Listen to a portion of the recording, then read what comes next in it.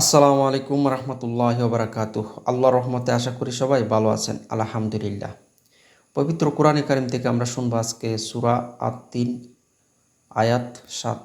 আল্লাহ তাআলা বলেছেন, ফামা ইউকাজ্জিবুকা বা'দু বিদ্দিন।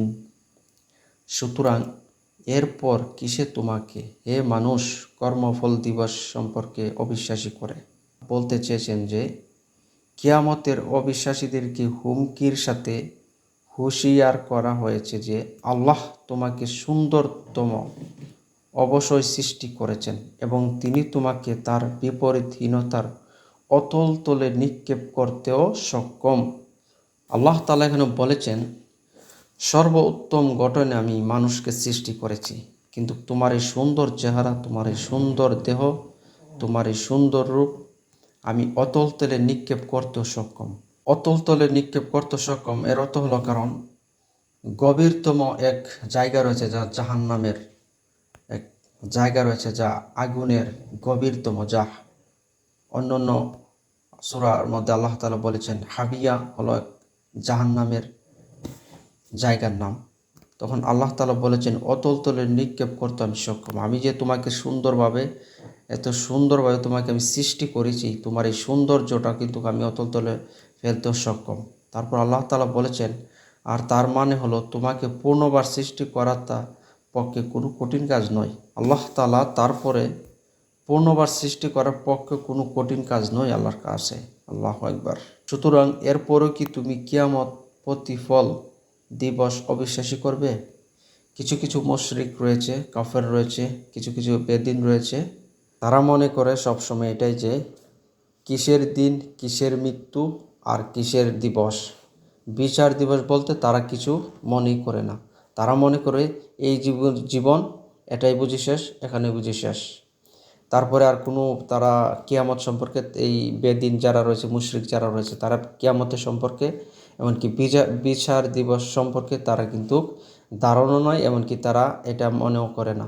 তারা এগুলো অবিশ্বাসী করে। তাই তাদের উদ্দেশ্যে আল্লাহ তাআলা বলেছেন প্রতিফল দিবস অবিশ্বাস করে। সুতরাং এরপরও কি তুমি কিয়ামত এবং প্রতিফল দিবসে অবিশ্বাস করো? যারা মুশরিক করেছে তারা কিন্তু সবসময় অবিশ্বাস করছে যে কিয়ামত সম্পর্কে কোনো, তারা বলে যে কিছুই নাই, বিচারও হবে না, কিছু হবে না, এখানেই মরণ, এখানেই শেষ, এখানেই আমাদের সব কিছু শেষ হয়ে যাবে। তার মধ্যে কোনো বিচার হবে না, পূর্ণবার কোনো আমরা জীবনও পাবো না।